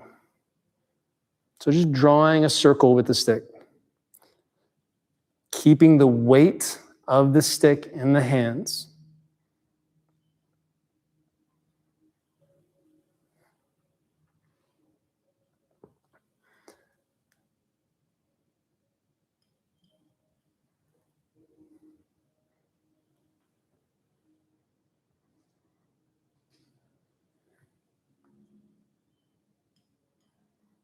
If you pick up a heavy weight, you will feel that in the whole body. But can you move a light weight and feel that in the whole body?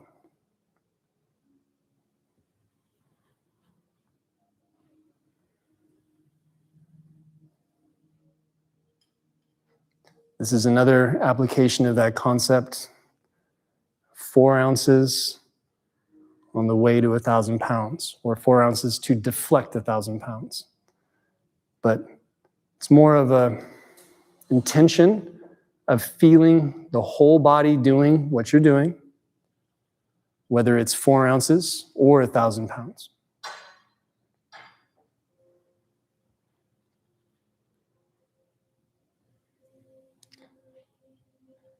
One more circle this direction, and then in your own time, switching directions.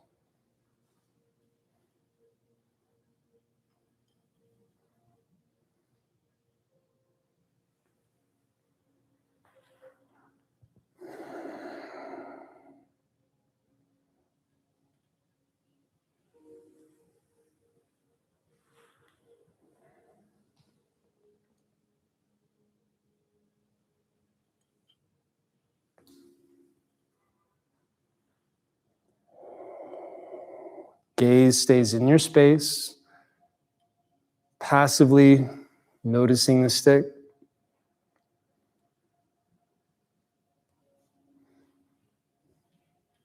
And one more, and we're going to come to a rest.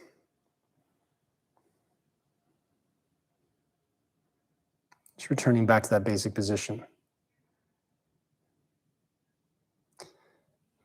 Now millstone palm. So now we're going to take it in the horizontal plane. So like a lazy Susan at a Chinese restaurant. Just move it around the circle. Switching each time. Try to keep the weight evenly distributed between the feet so you feel both legs turning the body.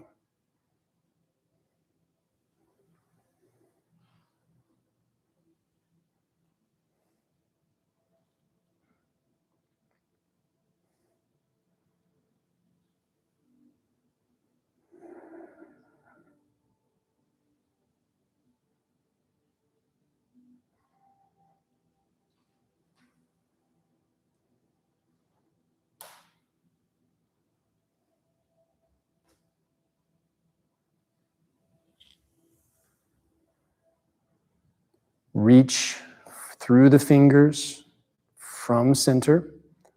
It's not about range of motion, it's just about feeling the body working.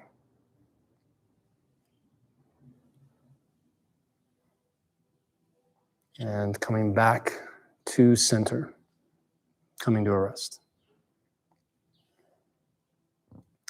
And Phoenix circles the clouds.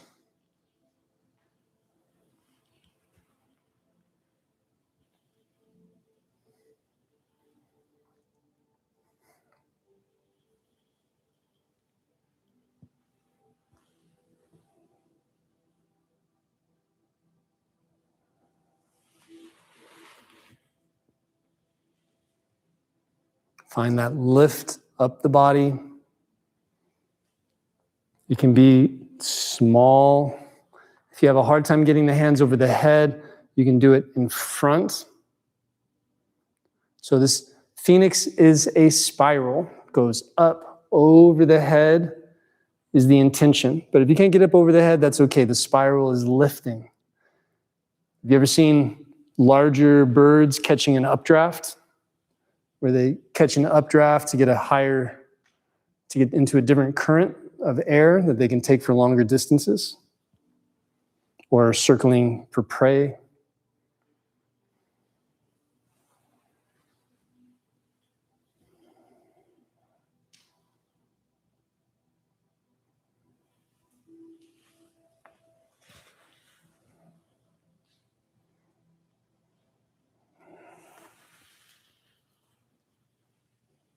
And let's do one more on each side.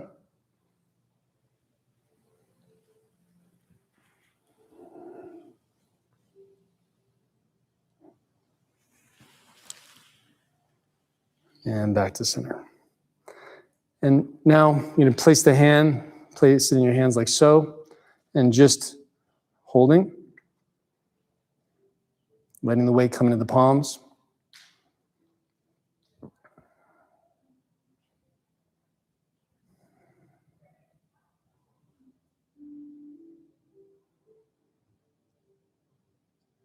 Try to just let it rest in the palms without grabbing.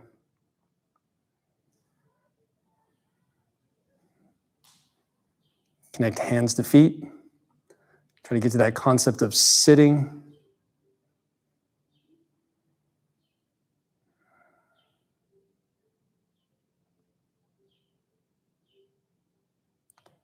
All right, and go ahead and transfer to either hand. Relax. 3 grounding breaths.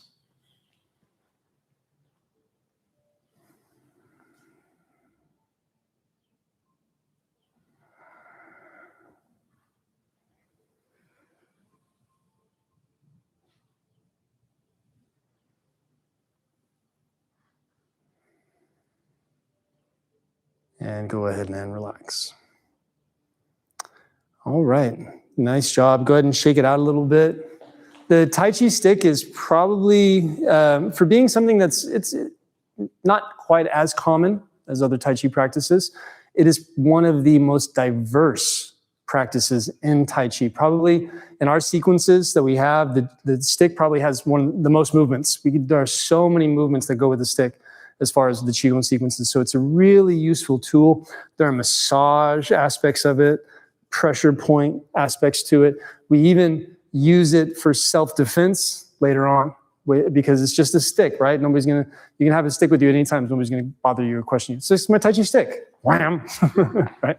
And so it's actually one of my teachers who did keep the self-defense aspects of Tai Chi very much alive, used 2 tools besides just hand-to-hand, the Tai Chi stick and the Tai Chi cane for actual like self-defense, because those are things that you could have with you at any time and you dapper at any age, right? And so it's a really great tool. What time is it right now, Josh? Do you know? I'm having 3:48. Okay, so those of you joined in person, are there any questions that you'd like to ask as we close up? Because otherwise we're gonna transition into just about 10 minutes of some Tai Chi demos. That way you can kind of get a sense of what does a practice look like after. Well, in here, the demos, all of us have been practicing for years in here, actually. But the demos that we're going to do are going to show the material that we're working on in person and in our live sessions, section 1 and 2. So this is material that you would actually learning in a shorter amount, like 6 months to a year or so, but practicing it for a long time, obviously. But before that, any questions on today's practice? No, thank you guys very much. You can put the sticks in the box, and we're going to be getting into our demos here in just a moment for those. So, and any questions from anybody online too in the next few minutes, go feel free as we get these.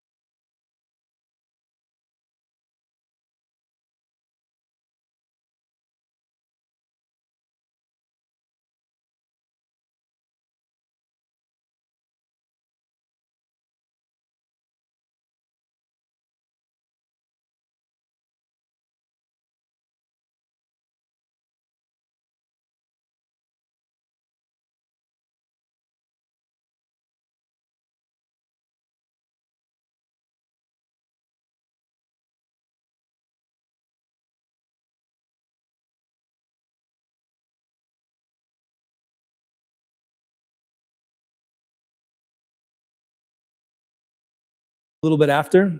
So, but that's okay. Am I still live, Jada? Am I still live? I mean, on audio? Okay. You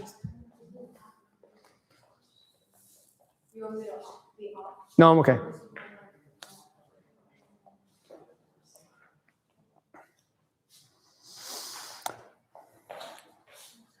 Okay, so we're going to just demo a few, 3 different forms today.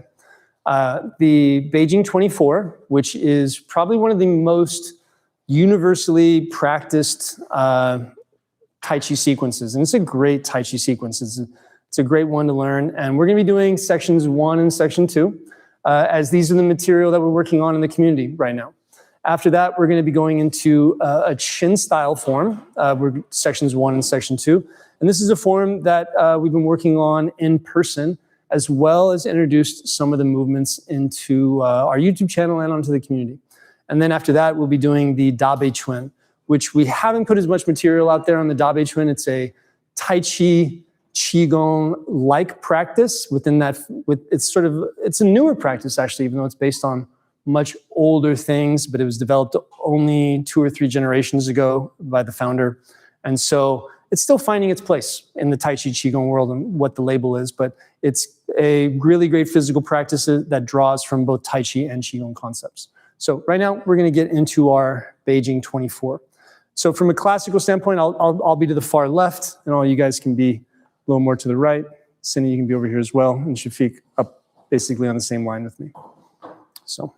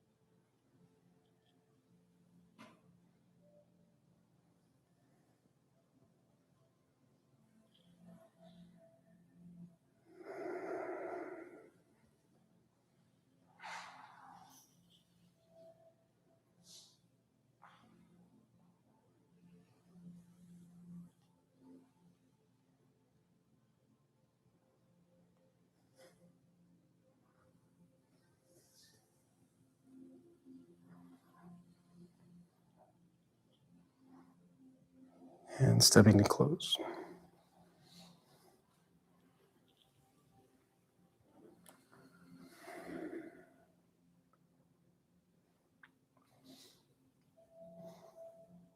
All right. So Shafik and I will do the chin swing forward. Thank you, guys.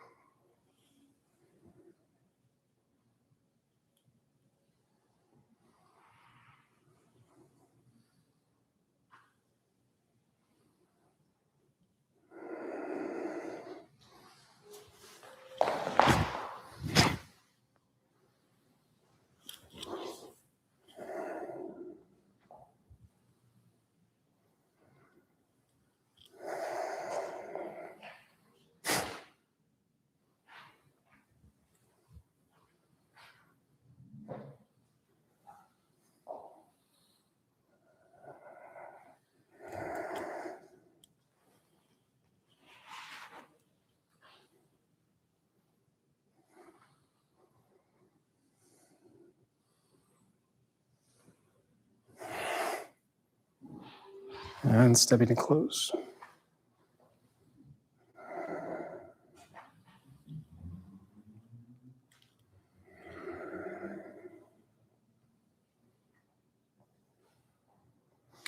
All right, nice job. Oh, thank you. And so you can see the difference between the Chen style and the Yang style. gets you very much working these soft and hard and high and low and all this kind of stuff. And so now we'll be stepping into the Dabe Chuan for section 2. I think probably, yeah, both to the, you guys are both comfortable with it on the other side.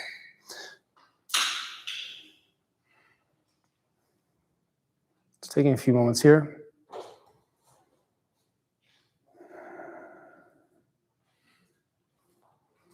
So when she's, can step a little bit towards, no, there you go.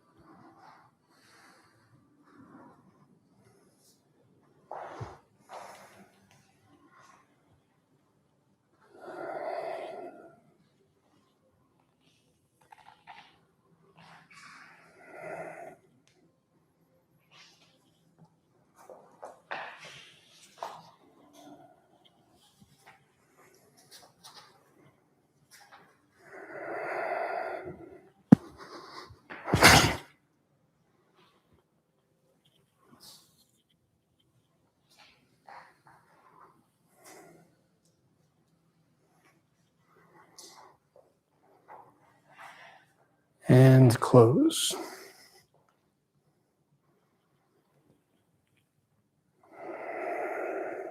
Two more breaths.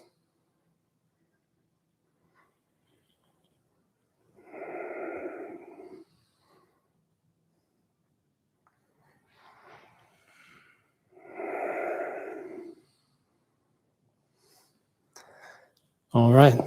Thanks, everybody. Nice job, you guys. Whew, that was some work. So thanks, everybody, for joining.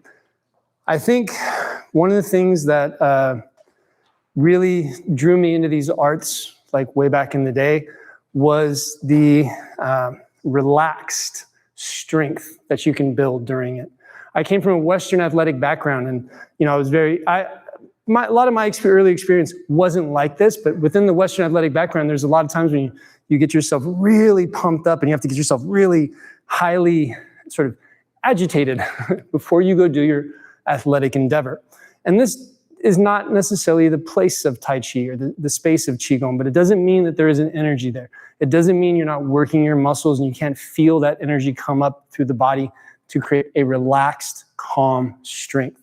And so, and you can see that there's quite a range of practices from the really sort of soft and flowing to much more dynamic. So you can find the challenge that works for you, whether that be in a period of time or on a day-to-day basis, depending on how you're practicing and what you've learned. And so if you want more information about any of these things, check out all the information that we got on the Root Alchemy, on YouTube, on all of our socials. So thanks a lot for joining us. And if there's any other questions or anything, please feel free to shoot them out. Otherwise, yeah, thanks to everybody who came in person. Thanks to my students, Shafiq, Maya, and Cindy. Shafiq and Cindy are my two most long-term students. Shafiq is my most long-term student for pretty much everything. And then Cindy is my most long-term in Tai Chi and Qigong. So they've been practicing me for a long time. And then, of course, Maya has been practicing for a while too, off and on. So she gets it through osmosis. So thanks a lot for joining us, and we'll see you next time. Thanks, everyone. Ooh. Ooh, how you doing? You're right under the lights, huh? Yeah. So, man, your stances look good. I saw. I'm not really paying attention, but I keep on pace. But I saw a couple times. Like, you were down in it. Nice job. Like, looking really good. So. That was so inspiring. That was amazing. It was. Thank you. Yeah. I think it was easy. That's the trick. I'm trying to make it look easy. You do it well. Well, thank you. I appreciate it. Yeah. Yeah. I'm just amazed at how much you can do. I mean, I can notice, like, I have, like I said, my brain is like, it's one brain, but why can't my two sides work? Yeah. No, I'm very much, that was how I was drawn into the practice as well. Like, it was a curiosity. And I think that is, and the teachers and it was a big part of my teachers had that same curiosity, the same way that, and it was a function of the practice. It was a feature of the practice within those lineages. I mean, there's always differences, right? And so as I went, and I was very lucky, had very good first teachers, which meant I knew what to look for in my second teacher and then in my third teacher. And so I was just very fortunate to see, like, have those qualities shown to me and understand that is the practice space. Like, you know what I mean? Like, that's like, you feel that little awkwardness, you feel that challenge. That's the good stuff. That's a little bit different than what we might be taught in other Western endeavors, where it's like you're looking for a display of aptitude early, right? Where do you see the aptitude? Oh, you do well here, you should go do that. You do well here, you should go do this. This is a whole different mindset. This is like, where do you suck? Yeah. Right. Let's go there. Yeah. Yeah, exactly. Yeah. I sometimes will describe it like the junk drawer or the junk room or closet in your house, Like, you can sit there and be like, yeah, everything's great, everything's clean, everything's organized, as long as you don't go in that room or you don't look in that drawer. Right. And so a lot of times when in these days, when people get to their Qigong practice or Tai Chi practice, they get, whether it's in their 20s, 30s, 40s, 50s, That's a little bit of the nature of the practice. Like, what have you not paid attention to? What have you been not working on? It's not going to try to redo everything you've been doing or say you've been doing things wrong. It's more like, let's look at things from this perspective, because you probably haven't been doing that, you know? And so then once you start doing it, just like you know, you said, you start finding all those little things. Why can't I do this? Why can't I do that? And then all of a sudden you can, you know, or you get more awareness of the process, which is, you know, what you're looking for. So I thought I was really good. I mean, I walk pretty much every day. Mm. And it's like, walking, no problem. I should be able to do all this. Like, okay, no, I haven't been doing nothing there. Right. Well, it's like, you know, you want to walk, be able to walk like that when you're 100, right? Mhm. And there are people that can. And so that means that it is something that is doable, it's achievable. It's not impossible. It's not impossible. You just need a method. You need and you need a way to get into it and know that what is your goal? It's to be 100 and walking well. I want to be 110. 110 and walking even better, right? Well, thanks a lot for coming, you guys. And Thank you so much. You too, but you said that there's like a. yeah, let me see if we have any. Do we have any like anything I can give them that has our information on it, like a sticker?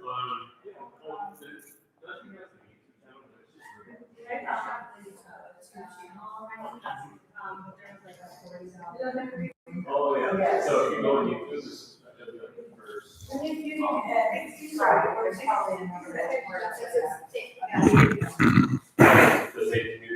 Yeah. Can I see? I put embroidery. Ooh, I like it with all those colors. That's so cool. With just like the little like pop of colors like that. Do you see the jacket? Okay. So just go under. Can I? I want to show Shafiq real quick. I want to show Shafiq. This is the.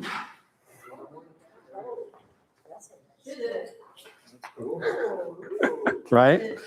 That's what we need. We all need like denim jackets with the cool logos on them. Yeah. You still want to go grab like a cup of coffee or something like that, or do something?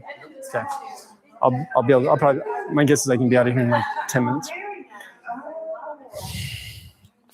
went with Hey. my second store. I donated some. How's your mom?